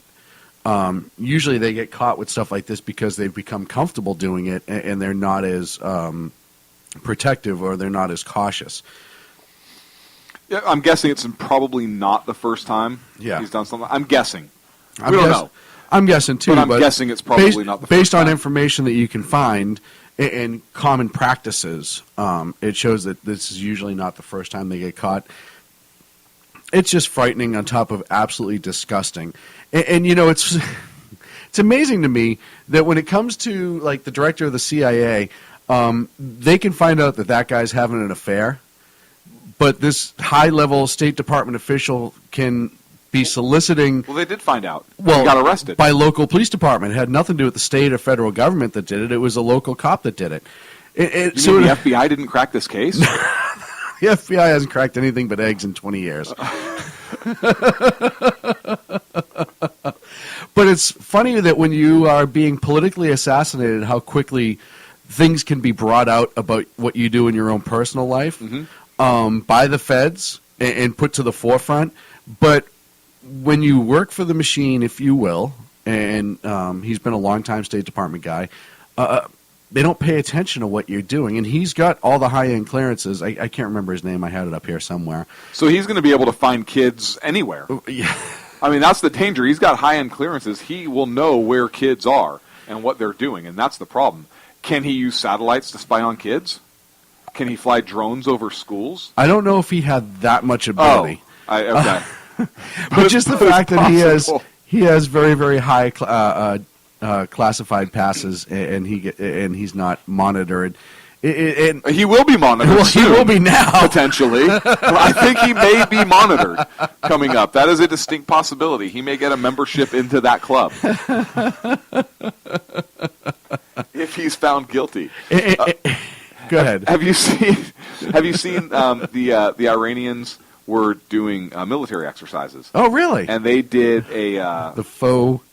the mock-up of the American aircraft carrier. Yeah. And they attacked it with bow and arrows and paper airplanes. They flew it over. They actually put a flaming bag of dog poop on the back door and rang the doorbell. So there's a lot to be nervous about. They toilet papered it, trying to show how awesome they were. Graffitied.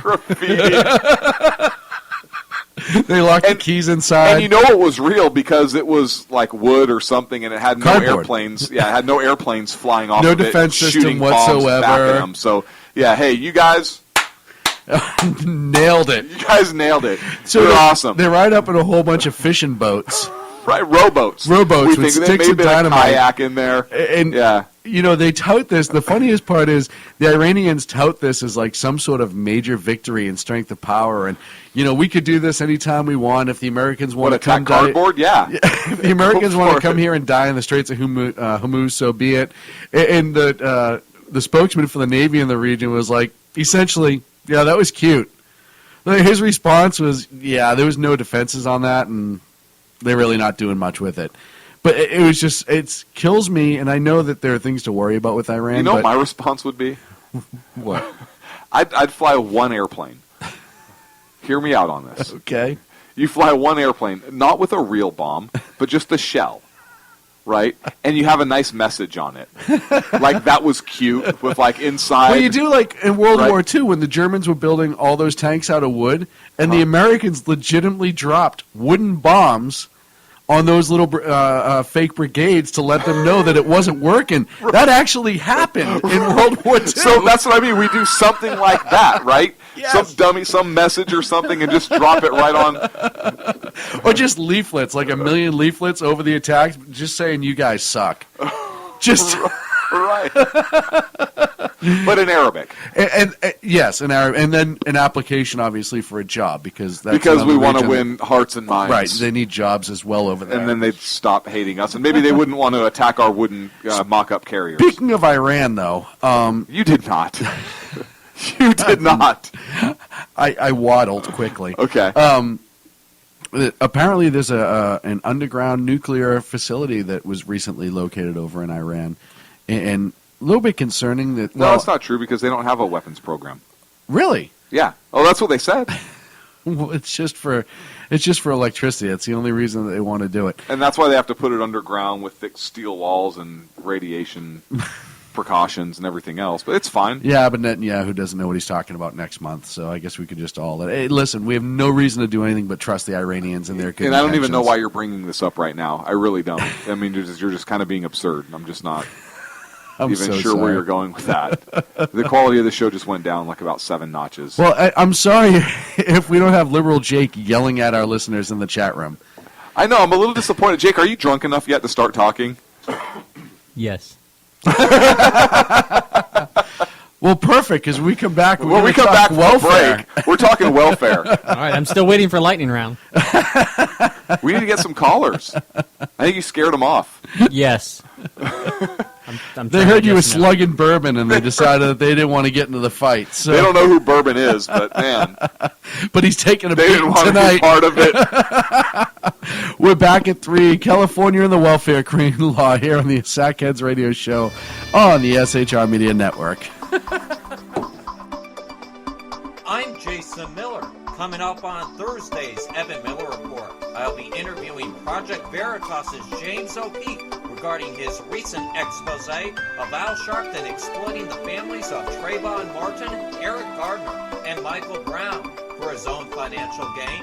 That's the Evan Miller Report, tomorrow at 8 Eastern, 5 Pacific, right here on SHRmedia.com. Now back to the Sackheads Radio Show, here on the SHR Media Networks.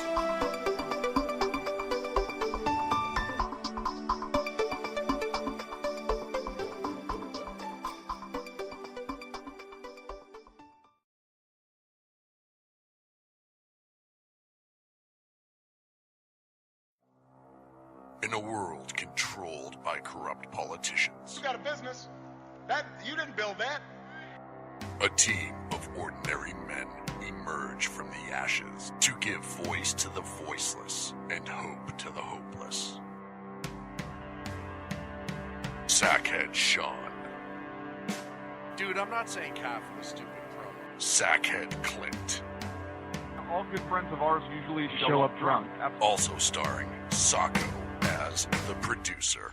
I'm a little bit drunk, I'm a little bit drunk, 'cause I'm drinking, drinking, drinking. They are the Sackheads Radio Show.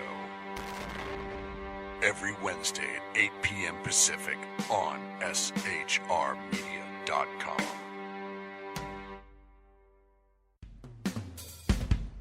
This is Tammy Jackson, inviting you to join me on the Tammy Jackson Show every Tuesday night at 7 p.m. Pacific on the 405radio.com. Put down that remote and tune into the show that covers politics, guns and the Second Amendment, religious liberties, sanctity of life, the military, and more. I host newsworthy guests and work hard to be a conservative radio show that's not like all the others. So save Tuesday nights at 7 p.m. Pacific for me, Tammy Jackson, on the 405media.com. Who listens to the Andrea Kaye Show? Let's find out as we eavesdrop on listener Roger Johnson in Encinitas. You know, if our policy is going to be bring any child who comes across the border who says Okay, so apparently Roger fell asleep in the middle of my brilliant political tirade, and now he plans to sue me because I put him on the air, sleeping. Obviously, he's a liberal. Snoring, not an option while listening to The Andrea Kaye Show, Tuesday mornings at 11 on Financial News and Talk. You know I'm right. Y'all know I'm right. Hello, I'm Matt, a student at Hillsdale College. Here is Hillsdale President Larry Arnn on the continuing relevance of the Constitution. Many argue today that the Constitution is outdated because it addresses problems peculiar to the 18th century. Some parts of the Constitution do read rather quaintly. Consider the injunction against titles of nobility in Article 1, Section 9 of the Constitution. But is that so outdated? The purpose of the injunction is to prevent the government granting special privileges to some for partisan reasons. This strikes at the heart of the rule of law. The crony capitalism so common today is a place where the government bestows favors and tax dollars on some businesses to give them a leg up over others. This is exactly the kind of thing the Constitution was meant to prohibit. The Constitution is not so outdated after all. This Constitution Minute was brought to you by Hillsdale College. To join the national conversation on the Constitution, go to constitutionminute.com. A couple questions out of the chat room. Ken wants to know if the bourbon that Jake is drinking was bought with EBT funds. No, we purchased that. We purchased that. And that's something we give to our guests for appearing. And for taking a beating from you people that like to just hammer them. So disrespectful. Let's see, a couple of questions out of the chat room. Should ISIS fighters get a $15 minimum wage for working at Mosul McDonald's? I like this one. Should Israeli porn sites enjoy protection from net neutrality under Obama's immigration plan? To which he actually responded, they should be able to have anchor babies in Israel. And I think he meant the Palestinians. Right, not the Israelis? Not the Israelis. They're getting kicked out either way. Right. Global warming has. Do you think global warming has created most of the need for net neutrality? No. There you go. Straight answer from Straight Talking Jake. It makes for great radio. These guys have really cracked it. Just yes and no, yes and no, yes and no. That's just excellent radio. All right, next. You said lightning round. Moving on. California welfare queen law. So California has a welfare queen law, and essentially what the law in California, of all places, I know, is actually kind of a conservative law. Went back in, I think, '96 when they did the welfare reform laws. They passed a law signed into law by Governor Pete Wilson, a Republican governor at the time, although the Democrats were still in charge of the legislative body of the state. And essentially it capped welfare, or the ability for folks to claim welfare if they have new children while receiving welfare under this program. And essentially, if somebody was receiving welfare 10 months prior to the birth of the child, they could not receive additional welfare for the birth of the child. And essentially it was to prevent people from engaging in sexual intercourse and getting pregnant to receive additional funding. And there's a push now in the state among the Dems, and they used to have a supermajority. They don't anymore. They still have a majority. The Republicans did pick up some seats, but there is a push to repeal this law, which is perfect because California can totally afford to pay people to have more kids. Well, and look, there are some folks that say, well, the child poverty rate in California is the highest in the nation. It's not our fault that they keep having kids. Right. If people are on assistance and they can't afford to have more kids, then use contraception. Your choice comes when you decide to engage in unprotected sexual intercourse. Or just don't have sex. The flawed argument that let's not get ridiculous. Some of the Dems that are in favor of repealing this, their fundamental argument is that they wrote this law in and it had this rule to prevent people from having more kids. And they acknowledge that it didn't work, that legislating this didn't prevent people from having children that they can't afford. So therefore, why shouldn't we just repeal this law? And pay more money that we can't afford? Exactly. That's the secondary part. So the first part is I'm just going to disagree with that logic that's not why the law exists. Right. The law exists because we can't afford to care for everybody else's kids, and at this current state, $205 million is the current projection according to the article I just read 30 seconds ago to prepare for this segment. That's what it's going to cost us. So. Yeah, and you're right. We can't afford that. And look, California is a very, very liberal state. That's not any secret. And the welfare system here is ridiculous, to say the least.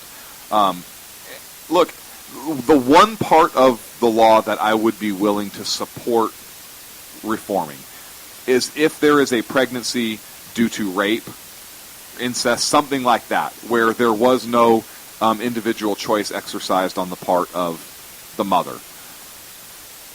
That, I think, is a different situation than engaging in unprotected intercourse. Whatever the case is.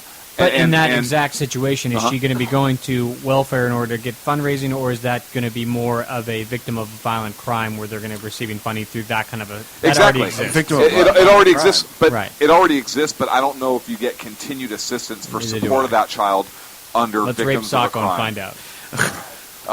Wow. Under California law, men cannot be raped because rape under California law is... Do you know the specific? I believe it's the penis penetrating the vagina, however it's right, slight. but Sacco could be sodomized. I don't know. I haven't checked. He might have a vagina. This is true, Sacco. Oh, really? Well, hang on a second. Sacco's going to respond. No, Sacco's why? going to respond because we don't know. We've never checked either. This is just going to go downhill so fast. The answer to your question is no, I don't have a vagina. Okay. Have you ever? Never mind. But Sacco could be sodomized. Okay. That's not how babies are made. No, we're talking hypothetically, No, Sacco. I cannot be sodomized. Will not allow it. Well, My hair would intervene. We're just...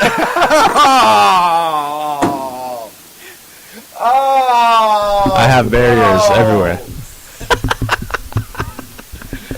And this happens the last part of the show. Sean, put your headphones back on. Minutes are always Put your adult headphones time. back on. Get your radio face on. Right. When we get this. Okay, all right. Holly Mitchell is the state senator who's pushing to get this bill We're so screwed when the repealed. FCC takes over. We're just screwed. We're going to have one show that's adult only, just so you know. Holly Mitchell is the state senator who's introducing this legislation. This is her third attempt to get this repealed.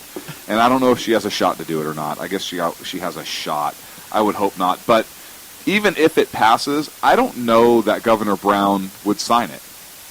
He's been pretty conservative on a lot of fiscal policy, except for the train. This goes because people that need to commute between Bakersfield. But this goes down the social road, and he's been very, very liberal on the social aspect of it. It has, but this really isn't a social. I mean, it is a social issue, but it's also a fiscal issue. Right, but no, this crosses into the social. We have to take care of everybody, despite what they've done to create their own situation. And I worry about that because we talked about abortion a couple months ago and him loosening who can actually perform them, and he jumped on that. I kind of put this under that. I think Michael Jackson's doctor or former doctor can perform them now, right? Yeah, I think something like that. I think he's good to go on that. Check it out. Yeah. I think Dr. Demento's allowed to under California law now. Okay. And Dr. Octopus is Dr. Octopus is all okay to go. Yeah. But I feel that he's going to go down the social aspect. Dr. Scholl. Dr. Scholl. He was a doctor. Dr. Pepper. There's a few people that can. And Mr. Pim. Right. Who's not even a doctor, but he's just his more assistant. Of a practitioner, right. But and Squirt. So that's how things. All I have in my head is Doc Ock performing 8 abortions simultaneously. That's all I can focus on. Sorry about that. Dr. Dre, he's another one. Dr. Dre. Well, he's already in the California State Museums. He is because he invented Dr. some. Phil, no license, California can't. He's not. Oh, he can't. Okay. I don't think you need to be licensed in California. I don't think that matters anymore. But I think he's going to go down the social aspect of this. Well, it's social. It's the right thing to do. It's that social justice, and that needs to be taken care of, and these people need to be saved. And I think that's going to be the route. I think he'll sign it. I don't think the fiscal aspect will outweigh the social aspect of this. And then where does the money come from? Oh, well, we're in California, like they've ever cared about that. California should print its own money. They might as well at this point. They spend enough of it. We should just print our own money, monetize our own debt, and that would take care of everything. It's worked for the feds. Wait, what? Well, the feds only do it because for some reason we allow them to do it.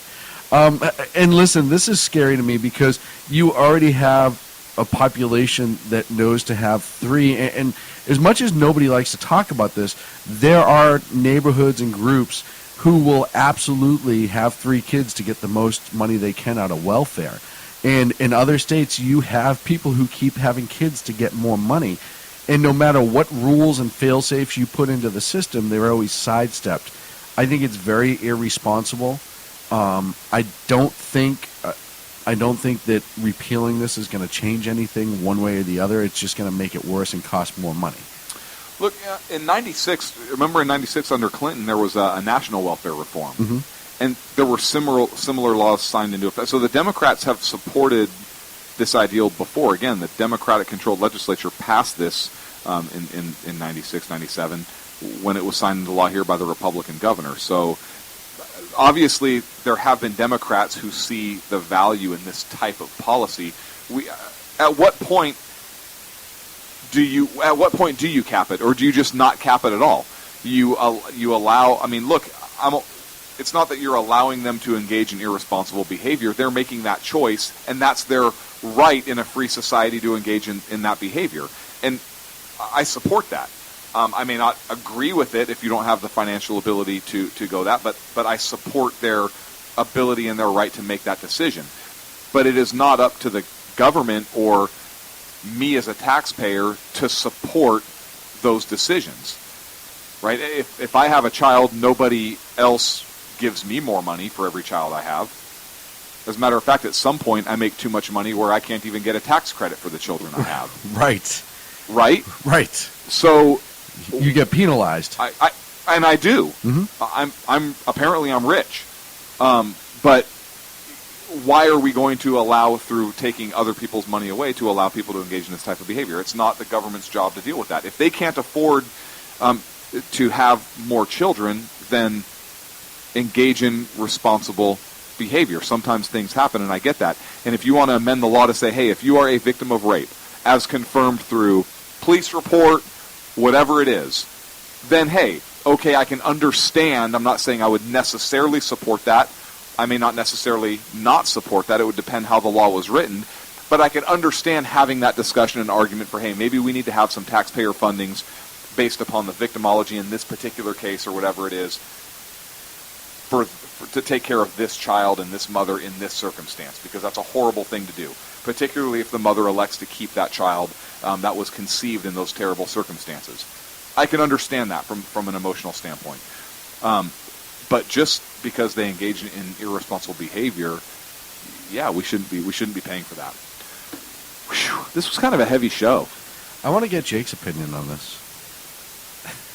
Jake agrees with us. Yep. Full?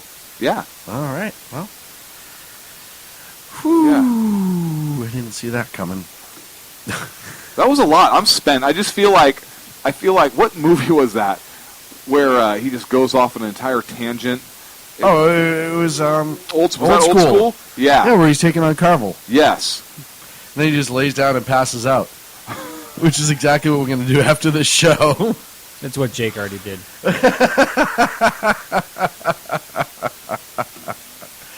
Last but not least, you want to talk about Lois Lerner? Yes. She got a lot of money. So between 2010 and 2013, she got $129,000 in taxpayer money as a bonus. She was so awesome at her job that we had to give her almost $130,000 just to keep her there. Well, I wish I was so good at my job that they gave me a bonus of $130,000. Yeah, over 3 years. It was over 3 years. Okay. Oh, yeah. That's even better. That makes it all okay. In other words, every year they did a review on her and decided she was doing such an awesome job. They're going to keep throwing it at her. Well, and I haven't heard that argument. The simple remark is that if she were to quit, resign, or retire, that they didn't have anybody to replace her. So it's not like anyone's ever made the argument that she's doing such a good job that she gets a bonus. It's that they don't have anyone less inept to replace her. So then let her go anyways and fill the vacancy. I'm pretty sure that place could continue to function without... I don't think the IRS would have stopped working. Right. If I would have liked to have seen it. Right. I really would have liked to have seen if the IRS just shut down all of a sudden. Like, oh, we didn't give Lerner quit. Because after she resigned, which somehow she was allowed to resign, I still pay taxes this year. I had to. Right. I got the bill in the mail. So the IRS found a way to keep going on after she left. And we use Lerner as the example, but this goes to, I don't believe the federal government should be giving anyone bonuses. I agree. If they go private sector, they go private sector. Right, but that's up to the private sector to deal with. But as the federal government, I don't feel Maybe I have a theory. Maybe it's a ruse that the money was paid as a bonus to keep her. Maybe that money was paid because they try and boost her income up so high, the rest of the women in the administration that are underpaid, it kind of brings that up. So maybe this was a way for the administration to hide the pay inequality of women in this administration. Well, what do you think about that theory? I think Jake? it's possible. It's very valuable. You put only one above the glass ceiling, but you put her so high above that it balances out the other. I mean, that's just math, and they're good at that. Now we're getting stuff done. And if we can do bonuses, I think we should get a bonus. Yeah, absolutely. I think the federal government should give us a bonus because, just because. But I pay its bills. It should you gotta have a third kid. You gotta have a third one. We have to have another kid. It's going to throw something back at me. Well, no, I think we should start giving the president a bonus to actually do his damn job. If the federal government's all about bonuses, why not give something to the president? Because he hasn't done anything that he's supposed to do. But maybe he would start. You know what I mean? I don't want this president to start doing anything. I'm just saying, if they're already going to start this BS trend, I want him to stop doing what he's doing. Hey, you see our friends Hans Gruber? Yes, Hans is out of yet another job. It's Jonathan Gruber. We call him Hans because of the architect of Obamacare. Yeah, we call him Hans because that was the bad guy in Die Hard. Right. And so he's the bad guy of the world, so we call him Hans Gruber. He should be like a Marvel villain. Jonathan Gruber. Right? Avengers 3. Gruber's back and he wants to pass another law. The Avengers are so stupid that they'll never believe that the socialism job stuff will work. Captain America, he's clearly stupid. His name's stupid. He got fired. Again. From Massachusetts. How are you such a liberal and you get fired from Massachusetts? This is your state. So you need to speak to this. The new Republican governor was like, yeah, you're done. So he oversaw the exchanges for the state, part of the Obamacare exchanges, and they haven't released a reason yet because this happened late this afternoon. Because he's a douchebag. I think is the unofficial reason that leaked out to Sackheads. I don't know if that's in his exit interview. No, but it was leaked out to Sackheads Radio. Perhaps that might have been the reason. And Mr. Gruber, just so you're aware and you can get all your stuff arranged, you're being released from duty because you're a douchebag. Under Article Number 2 of the Douchebag Act of 1944. Which is when that act was actually not only passed, but that's when the term was coined to refer to a specific individual. A little history lesson most folks don't know. But Charlie Baker, the Republican governor of Massachusetts, did demand he be fired, and he has been since released. He was working with the state exchange, which essentially implements Obamacare on a local level, but they haven't given a reason yet. It's going to be interesting to see what the reason was. It would be awesome if he came out and be like, yeah, I don't want somebody who lies to the American people working for me. Just something that simple. I would actually applaud that like there's no tomorrow. I think that would be a great reason. I'm sure there's going to be some legal rigmarole. So are you saying Charlie Baker for president? Not yet. Is that just what I heard? No, not yet. Okay. Because if Charlie Baker came out and said, yeah, we fired him because he lied and he's pretty much a douchebag, and used those words exactly, I would volunteer to run his campaign for president. What a great thing for a governor to come out and say. That's what I think. This is why I am never electable. Just so you know, we had a meeting, and in that meeting, we fired Gruber. And Gruber's essentially fired for being a douchebag. Yeah, a public douchebaggery. We can't have it. It's against the Commonwealth Code. And so we tossed him out in his ass. Right. Which is the legal wording, of course, in Massachusetts for firing. Right. We toss someone out in their ass, they're fired. And that's part of the Commonwealth language. So, yeah, he's going to get his walking papers. I like it. Thanks, Governor. A couple other people are going to get tossed out in their ass, too. And we have our ass tossing commission that meets once a week. The ATC. God, I miss home sometimes. Not so much for the politics, but just hearing outright good speech like that. Just. What are you talking about? You get that every week on the Sackhead show. But there's just that little edge, that little attitude, and oh man, did you hear more intelligence from the state that I grew up in? Did you hear the mayor of Boston had to beg people to stop jumping out second and third story windows into snow piles and putting it on YouTube? What was his call to like this fire hydrant's under there? You know. Yeah, essentially. Did anybody impale themselves on a fire hydrant? Or, I mean, why would he need... Because that sounds like fun. I'm not going to lie. Well, because too many kids were getting hurt in sledding accidents in second and third story Did you jumping. say sledding accidents? Yeah. Oh, yeah. Very common. Sledding accidents. Look that shit We have up. them all the time. Yeah. Really? I was in numerous sledding accidents growing up. Are you kidding me? And then they go to the hospital and they can't get no damn Obamacare because, Because you're in Massachusetts and they've already had that for 10 years. Yeah, no, what's happening is people who don't grow up and live with snow don't understand this. Just because it's piled up doesn't mean there's not giant voids in the middle of it. And you had knuckleheads jumping out of second and third story brownstones with no clothes on and nothing but a pair of drawers and like doing backflips and stuff into these snow piles. And it got to the point that they were having to call for medical attention and all because they're getting stuck and they have to be extricated from a snow pile.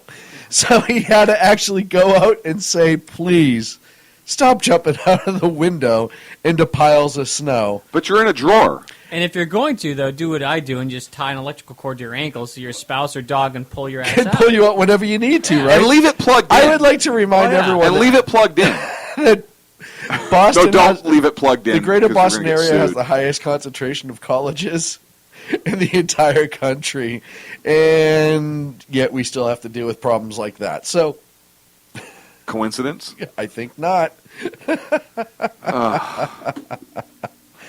Oh, it's been a fun show. It has been a fun show. We're going to start our thank yous early because we have a lot to get to. I want to thank our in-studio guest, Liberal Jake. I do want to thank Liberal Jake. And we love Liberal Jake. He is a good friend of ours. Yeah, people don't realize that, Yeah.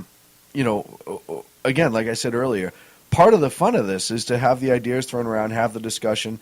We say all the time, you have to know what the other side's thinking in order to engage them and, as we proved tonight, beat them almost physically. Right. And, well, you have to know what they believe because obviously there's not a lot of thought that goes into it. So you have to know what kind of their angle is.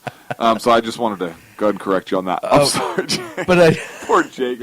I owe you a drink. We've already done that. He has the bourbon. That's right. He's got the bourbon. But I do want to thank you again for entertaining us and coming in and giving your insight and your knowledge in what you believe in and actually having the stones to do it. Yeah. Because that's three-quarters of it. And particularly since your face is now out there with the surreptitious photo that was taken and tweeted out all over the place tonight. So the fact that you agreed to that is pretty amazing. It's pretty amazing. And a couple more drinks, we'll keep those pictures going. So thank you. I do want to thank our other in-studio guest. One of these days, this person will speak. Yes. Right, because you reveal to that person how easy it is to be a guest on this show. People don't believe that we have another guest, and this guest is a very, very, very good friend of the show's and of ours, both personally and professionally, and one of these days this person will speak. But we want to thank this person for being here, so thank you.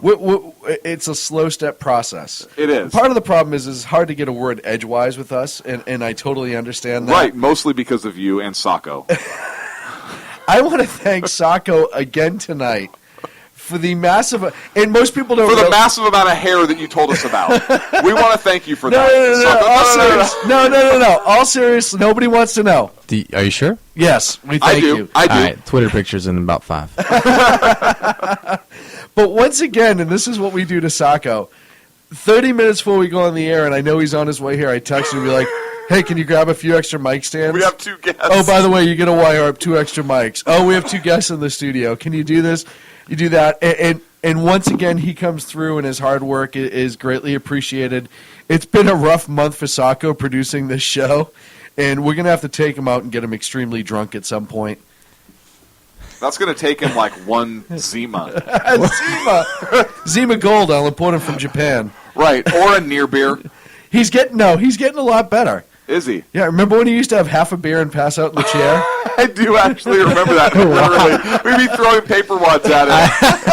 I had to stop drinking because of you guys. You had to start drinking because now he's of a us. full-blown lush because he works on the show. So mission accomplished. I think that's... I got banned from drinking on the job. That's really what happened. Not from us. Not from us. You self-banned because you missed a few breaks. We encourage that sort of behavior here on the Sackheads Radio Hang on, Show. I do have to say, Ag in the chat room does give props to Jake. He says, I do respect Jake's stones. See? So you do have love from the chat room because you actually have the testicular fortitude to come out here and talk to our folks. And I want to thank the chat room tonight. The chat room was exploding awesome. tonight. Yeah, it was pretty good. So many great things. And if you listen to the show and you don't get in the chat room, you miss a large portion of it. So good job. So way to follow up. Yeah, way to follow up. Way to be in on the action. Way to actually take responsibility and be part of the solution. We will see you next week here at 8 p.m. Pacific time on the Sackheads Radio Show. Thank you, my friend. What? I want to read another Fingers comment. up. It says, Go for not it. a lot of libs willing to step up and get goofed on. Well, it's really true. That's absolutely true. Because as much as we make the political argument, we also are insulting as all hell. How did we insult Jake one time tonight? I think it started with the beat I red said one face. time because I think it went on a lot more than that. So It was probably one a few continuous, really. But he hung in there and he put up with our crap, and he keeps coming back for some reason, and I don't know why. Because we're a hell of a lot of fun to hang out with, even though we may not agree on everything. We're a blast. We actually are a blast. And I can't wait to meet all of our friends in Vegas because you think we're fun now. Oh, yeah. Wait till you see us with a couple cocktails in us. I mean, wait till you see us in person. We will see. You'll be disappointed at the sight, but we're hilarious. No, not with me. They're going to be like, oh, it's exactly as they've described. He's a chubby, balding white guy. I really thought this would be like ironic, like he'd show up, be like 6'4" and Right, buff, like real, like it's Thor. Nope, pot belly and bald. Nothing you can do about it, kids. Harry with a Boston accent. It's just as awful as it sounds. Look, it is a portly, short, bald guy and Big Bird. They're exactly interesting. Okay, well, hi guys. So I'm guessing cousin Ed is Sacco. Yes. Okay, good. This is good. No, is that Captain Caveman? Or is that? No, that's Sacco. We'll see you next. Hang on, Sacco's young. Sacco, real quick. Bing Captain Caveman image. Yeah. Search it, and you'll know what we're talking about, because I know you're kind of a youngster. And we are going to dress up as Taggart Rosewood and Axel Foley when we get together with Ken. With Ken. I'm Rosewood. Taggart is going to be Sean. Yeah, well, and, of course, Axel Foley will be Ken, not because he's as good looking as Eddie Murphy, but because he's the only black guy we have. So He wins by default. He wins by default. We'll see you next Wednesday at 8 p.m. Pacific here on the Sackheads Radio Show on the SHR Media Network. Sacco, take us home. And listen, there are no people better on the air to give you the best in conservative talk than Sackhead Sean and Sackhead Clint. And we're working on the immigration papers for a certain other guy who happens to work there too. For those who are tuning in around the world to the best in late night conservative talk, Sackheads Radio. Talk news. Talk news. Radio. Talk news. Talk news. Radio.